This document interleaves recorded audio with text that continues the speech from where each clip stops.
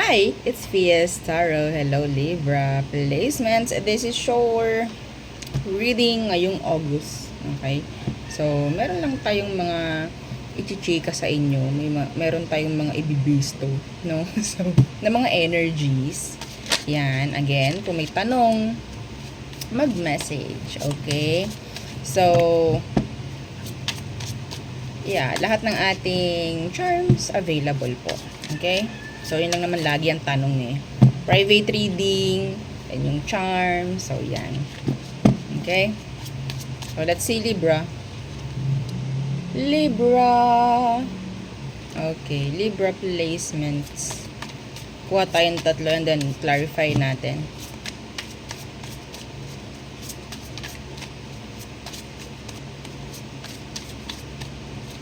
Libra. Anong kailangan mong malaman? Sino itong mga to?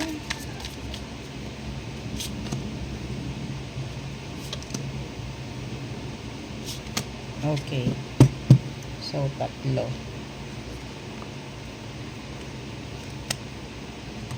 Okay. First card is trust in process. Trust the progress of the relationship. Don't rush for any for answers. Okay. Just trust the process. O, diba? Next, spill the beans. Someone is about to reveal everything. No holds barred. Okay. So, sino kaya yan? No? Sino kaya itong mag-share? Sino kaya itong magiging open sa'yo ngayong August? Next, two-faced. Someone is friendly yet deceitful. Oh, diba? Alam mo tong two-faced, madalas mga Gemini. Hindi ko sinabing lahat, pero mostly. Yeah. Kasi kung titingnan mo din sa tarot, two-faced yan. Dalawa. Anyway. So, ano tong trust in process? So, trust the progress of the relationship. Don't rush for answers.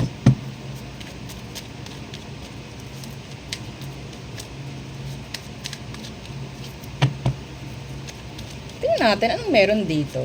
Parating pa lang ba to or nandyan na?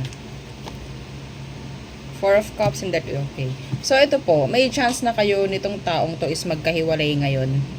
Okay, magkahiwalay kayo ngayon. So, maybe, you need to trust the process. Kung kayo is magkahiwalay sa ngayon, huwag ka masyadong mangamba. Okay, just go with the flow. Ano ba kayo? So, diba, the star. Sabihin nating sa right timing, divine timing. So, siguro ngayon, hindi pa tama yung oras para sa inyo.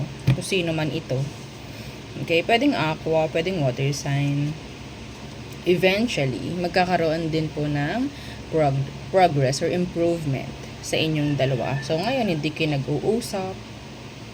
No? Hindi kayo nag-uusap. Break kayo. Yeah. So, siguro kailangan nyo lang din dumaan sa ganitong process. Yeah. So, wag nyo isipin, ay, baka mali ang nangyayari sa amin. Ay, ganito, ganyan. Ay, hindi na ako mabubuhay ng ganito.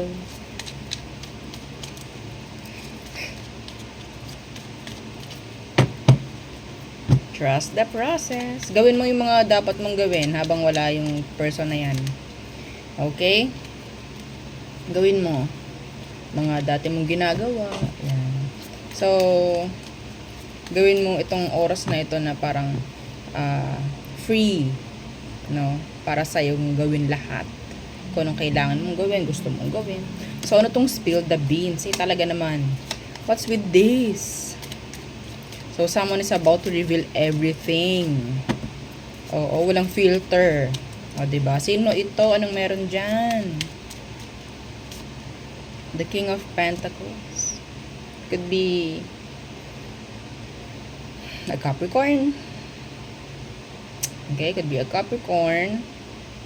pwedeng business owner, or sabihin nating may responsibility itong taong to sa'yo. I think some of them, they're guarded right now.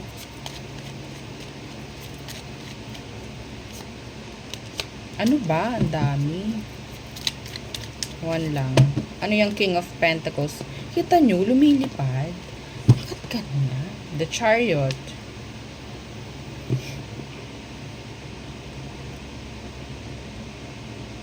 Could be a Cancerian. We have here the King of Cups. Some of you, ito ha, hindi to para sa lahat.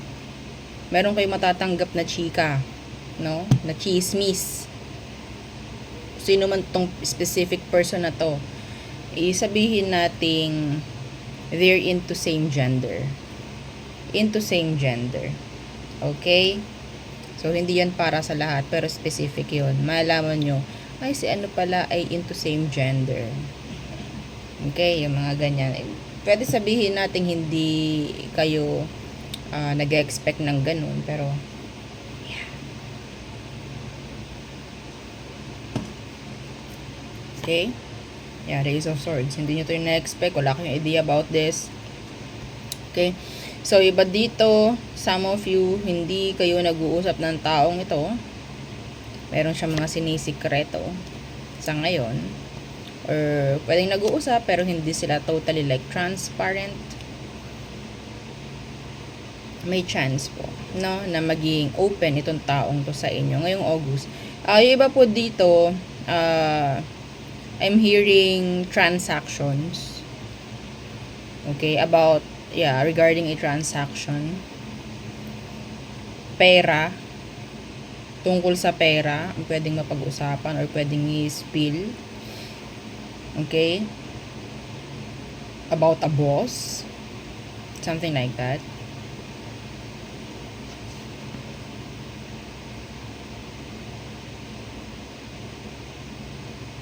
Progress, improvement. I'm hearing those words.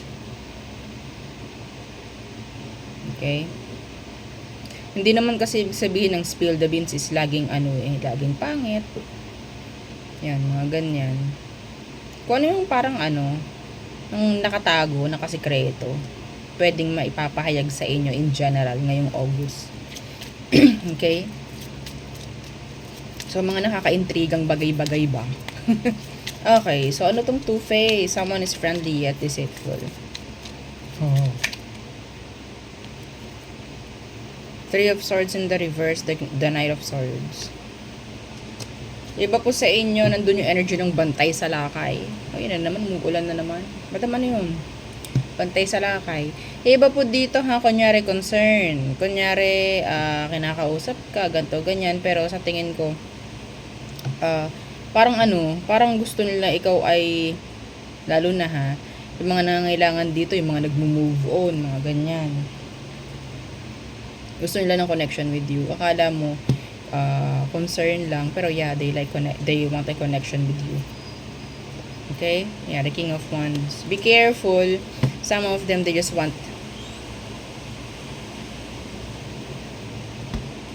yeah.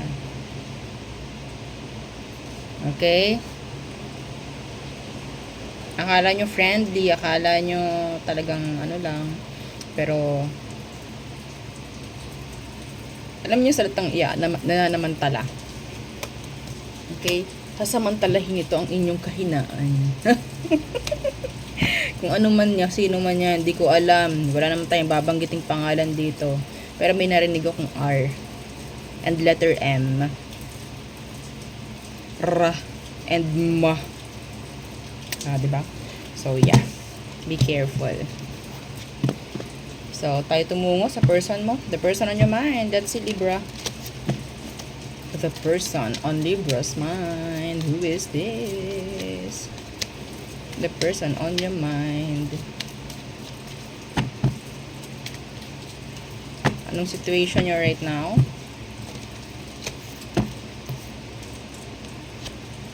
Ten of Cups. And the High Priestess in the reverse. So, parang meron sa kanya mo hinahanap yung sabihin nating kasiyahan, Ah, masayang masaya ka, no? Every time nakakausap mo to. Some of you, this is specific, not for all. May chance na gusto mo nang ikaw ay ipakilala sa kanilang magulang, sa kanilang relatives, family. Pero I don't know kung naipakilala ka na. Pero yeah, gusto mo yon. Okay?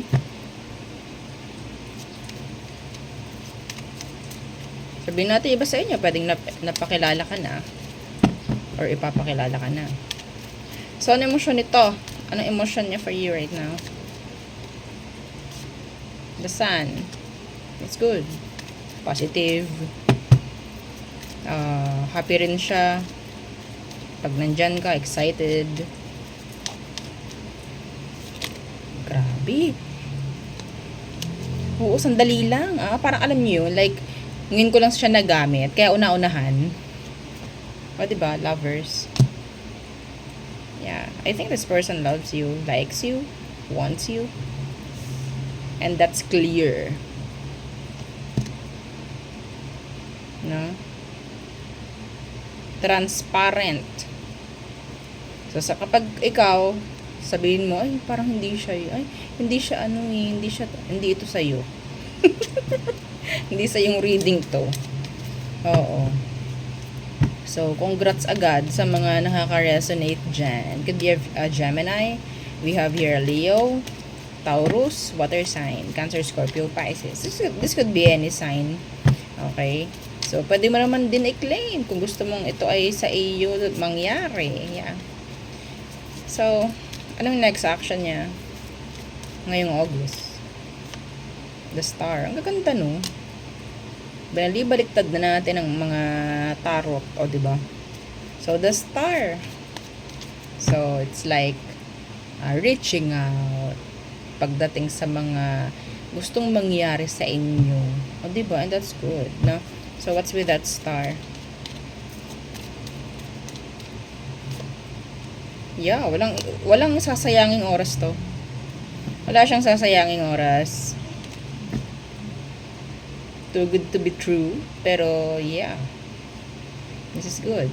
Meron kang star, meron kang sun. Kulang na lang dito, moon, para planeta na. Para planeta. Para universe na, no? Oo, solar system. No? So, anong outcome nyo? Dapat na ba? Ayokong bigyan ng outcome to. Ayoko po. Baka masira eh. Oo, hayaan lang natin na ganito, ha? Opo, so, mas magandang ganito. Basta siya, kung sino man yan, basta happy kayo every time magkasama kayo. Oo. Sabihin nating walang, dito, walang mga hadlang, walang mga issues. Okay? So, goods to. Nasabi kong okay to. Nasabi kong 100% maganda itong reading para sa inyo ngayong araw. Kahit hindi magandang panahon, di maganda pa rin, no? Ang inyong reading. Dito tayo bumawi. So, 10 of Pentacles and the Ace of Swords. They want commitments. Some of you, they want marriage. Are you ready?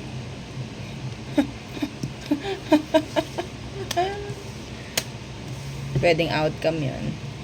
Pwedeng outcome po. So, yeah. Let's see. All signs, Aries through Pisces. Siguro kakaunti lang yung makaka-resonate doon. Let's see all signs, Aries through Pisces. So, Aries, they're like, andun yung energy ng one-sided. Taurus, gusto niya makipag-ayos. Gemini, they coming back. Can't move on. Cancer, they want to talk. They want to communicate. Leo, they need you. Virgo, their back is turned. Libra, I don't know, Libra. Tama ba? Yeah, Libra, they're watching you. They're stalking you. Or maybe you have a stalker, Libra. Scorpio, they want to get rid of the drama, the problems. Scorpio. Okay, so Sagittarius, they want fairness, they want clarity, they want justice. Okay, so Capricorn, they have a lot of something to do. Oo, pagdating sa kanilang mga ginugusto, no? Their goals, mga ganyan, may mga plano siya. I think parang iniiwanan ka na ni Capricorn. And nakafocus siya sa mga bagay-bagay na sabihin nating mas binibigyan niya ng pansin ngayon. So, Aquarius, they're isolating, they're trying to hide from you, something like that. Okay, so Pisces, they're sad. They are sad. They're longing for you.